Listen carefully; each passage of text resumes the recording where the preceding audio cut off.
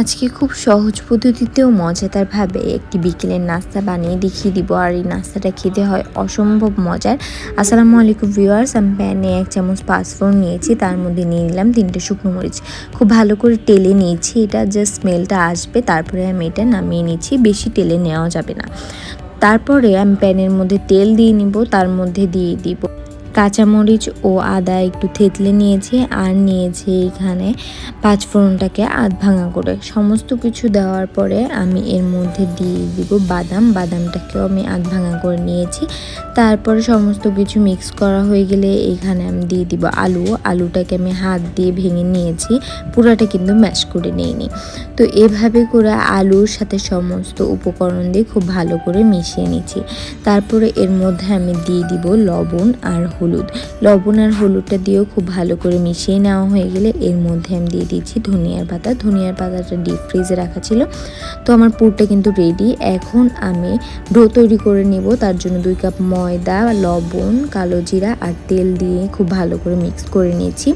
খুব ভালো করে মিক্স করে নেওয়া হয়ে গেলে আমি পানি দিয়ে শক্ত এক ডো তৈরি করে নেব। ডোটা বেশি সফটও হবে না, আবার বেশি শক্তও হবে না, মোটামুটি একটা শক্ত ভাব থাকবে। তারপর ডোটাকে আমি 10 মিনিটের জন্য রেস্টে রেখে দিব। 10 মিনিট পর ফিরে আসছি। এখন এই ডোটার থেকে ছোট ছোট লেচি কেটে নেব। ছোট ছোট লেচি কেটে নেওয়া হয়ে গেলে এখান থেকে আমি একটা লেচি নিয়ে তারপরে খুব ভালো করে বেলে নিচ্ছি। এখন এখানে একটা রুটির মতন করে বেলে নেব। এটা বেশি বড় হবে না যেহেতু লেচিগুলো ছোট।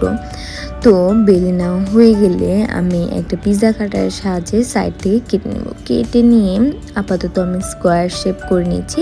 তারপর স্কোয়ার শেপ করে নেওয়া হয়ে গেলে সাইডের অংশগুলোকে তুলে নিচ্ছি। তারপর এর মধ্যে যে আলুর পুরটা রেডি করে রেখেছিলাম সেই আলুর পুরটা দিয়ে দিচ্ছি। আলুর পুরটা দিয়ে এভাবে করে রোল করে নিচ্ছি। আর অর্ধেকটা অংশ যে রেখে দেব সেই অর্ধেকটা অংশ আমি প্রথমে আপনাদেরকে ছুরি দিয়ে কেটে দেখিয়ে দিচ্ছি।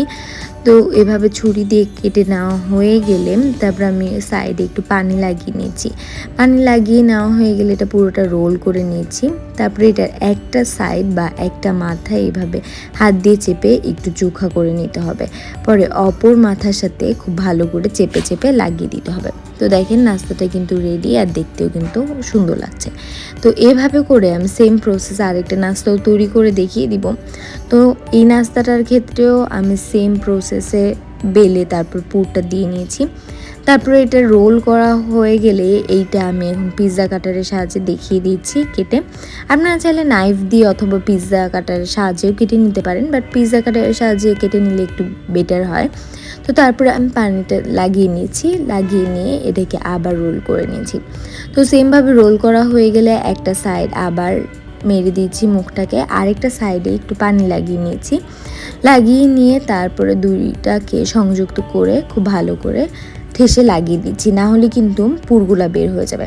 তো দেখেন আমার সমস্ত নাস্তা রেডি হয়ে গিয়েছে। এখন আমি হাই স্পিডে না, এটা লো স্পিডে আমি এই নাস্তাগুলোকে ভেজে নেব। এই নাস্তাগুলো খাস্তা করে ভেজে নিতে হবে। আর এই নাস্তার রেসিপিটা কেমন হয়েছে অবশ্যই কমেন্টস করে জানিয়ে দিবেন। ভালো লাগলে একটা শেয়ার করে দিবেন। আর বাসায় অবশ্যই এই আলু দিয়ে এই নাস্তাটা তৈরি করে খাবেন। এটা খেতে কিন্তু অসম্ভব মজা হয়। তো এখন আমি একটা ভেঙে দেখিয়ে দিচ্ছি এটার ভেতরটা আসলে কেমন হয়েছে। আর এটা খেতে কিন্তু আসলে অনেক বেশি মজার হয়েছিল অনেক বেশি ক্রিস্পি। তো এই পর্যন্ত সবাই ভালো থাকবেন, সুস্থ থাকবেন। নতুন রেসিপি নিয়ে আবার হাজির হব। আল্লাহ হাফেজ।